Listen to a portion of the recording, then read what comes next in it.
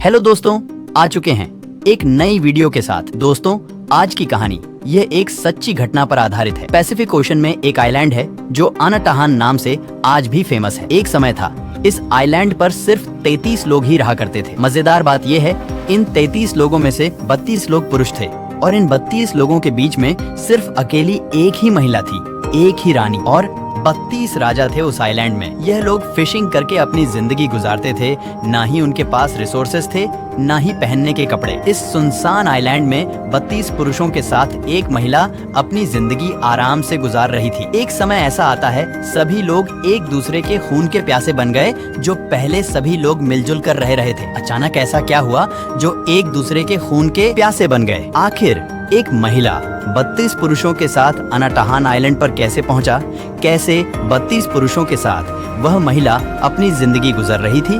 आज हम जानेंगे द क्वीन ऑफ अनाटहान के बारे में, जो कि एक सच्ची घटना पर आधारित है। तो सब कुछ डिटेल में जानेंगे, तो बने रहिए। वीडियो में आगे बढ़ने से पहले हमारे चैनल को सब्सक्राइब कर लेना ताकि ऐसी वीडियो आपके पास पहुंच सके। तो चलिए वीडियो के टॉपिक पर। दोस्तों, पैसिफिक ओशन में अनाटहान आइलैंड सबसे पहले फ्रांस के कब्जे में था। फ्रांस इस आइलैंड को जर्मनी को बेच देता है और जर्मनी बाद में जापान को बेच देता है। आखिर जर्मनी जापान को क्यों अनाटहान आइलैंड को बेच देता है, ये आपको वीडियो में आगे पता चल जाएगा। दोस्तों, समय था द्वितीय विश्व युद्ध का। अमेरिका ने जापान पर हमला कर दिया। अमेरिका की बमबारी से बचने के लिए शोई और उसका वाइफ काजुगो हेगा और उनके साथ एक नौकर उइगो को लेकर अनाटहान आइलैंड पर चले जाते हैं ताकि अमेरिका की हमले से अपने आप को बचा सके। इस आइलैंड पर पहुंचकर शोई और उसका वाइफ काजुगो हेगा के साथ अपनी जीवन व्यतीत करने लगा। उसी आइलैंड की फल फूल खाकर अपनी जिंदगी गुजारने लगे। एक दिन इस आइलैंड के पास से अमेरिका की बॉम्बर बॉम्बिंग करते हुए गुजरता है और नीचे समुद्र में खड़ी थी जापानी सोल्जर का एक जहाज। उस शिप अमेरिका की बॉम्बिंग के चलते डूब जाता है। ज्यादातर सोल्जर डूब कर मर जाती है और बाकी कुछ लोग कैसे न कैसे जहाज से बाहर निकाल जाते हैं और समुद्र में तैरते हुए अनाटहान आइलैंड के किनारे आ जाते हैं। जब काजुगो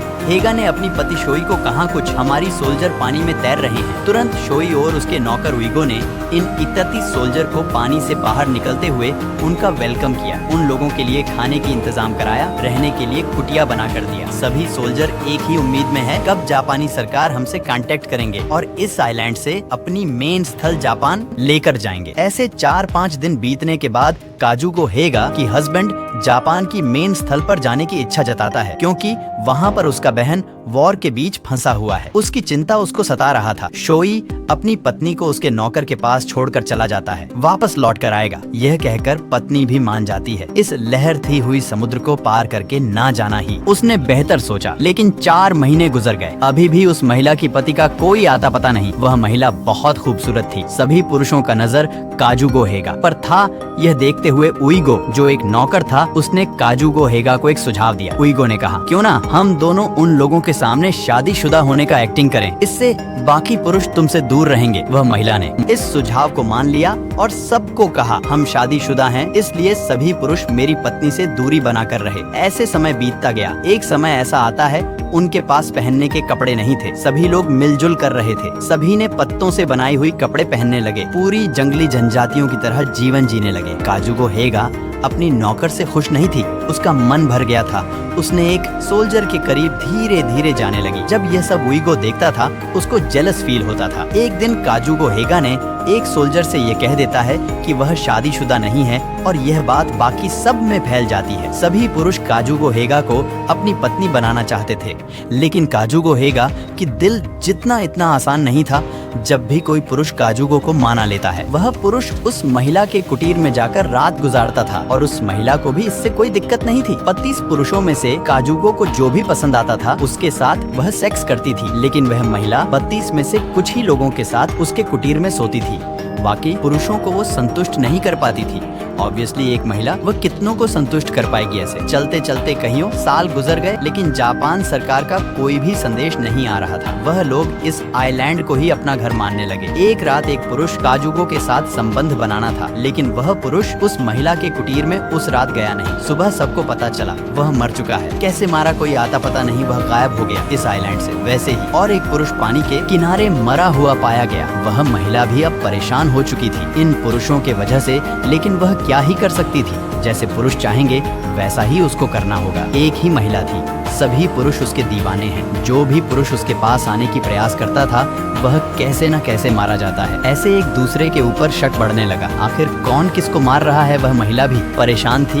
ये खून खराबा कौन कर रहा था। ऐसे करते करते 32 पुरुषों में से 11 पुरुष बचा, बाकी सभी किसी न किसी तरीके से मारे गए। बाद में सभी पुरुषों ने मिलकर एक मीटिंग करा और उस मीटिंग में पता चला पुरुष ही बाकी पुरुषों को मार रहा है। सबने कबूल किया, वजह निकाल कर आई। सभी पुरुष काजूगो को पाने की ख्वाहिश में यह सब कर रहे हैं। इस मीटिंग में डिसाइड हुआ कोई भी किसी की हत्या नहीं करेगा। एक महिला के लिए हम अपनी जान नहीं देंगे, सबसे अच्छा होगा उस महिला को मार देते हैं। सभी पुरुष एक मत हो गए, लेकिन एक पुरुष काजूगो की कुटीर में जाकर यह कह देता है तो मैं कल मार दिया जाएगा, इससे पहले तुम यहाँ से चले जाओ। उसके बाद काजूगो यहाँ से भाग जाती है और अमेरिका की एक जहाज को देखकर सिग्नल देकर उस जहाज में सवार होकर जापान की मेन स्थान पर चली जाती है। उस समय द्वितीय विश्व युद्ध खत्म हो चुका था। लगभग 7 साल अनाटहान आइलैंड पर रहकर आई इस महिला ने बाद में जापान सरकार को सभी घटना बताया, क्या हो रहा था उस आइलैंड में। फिर जापान सरकार ने इन सभी को रेस्क्यू करके अपने घर वापस लाया। 1954 में इसके ऊपर एक फिल्म भी बनाया गया। उस आइलैंड में लोग इसलिए रहना नहीं चाहते थे क्योंकि वहाँ पर बड़े बड़े वॉल्केनो मौजूद है, इसलिए जर्मनी ने इस आइलैंड को जापान को बेच दिया था। तो यह थी आज की कहानी। आई होप आपको समझ आया। मिलते हैं नेक्स्ट और एक वीडियो के साथ, तब तक के लिए जय हिंद।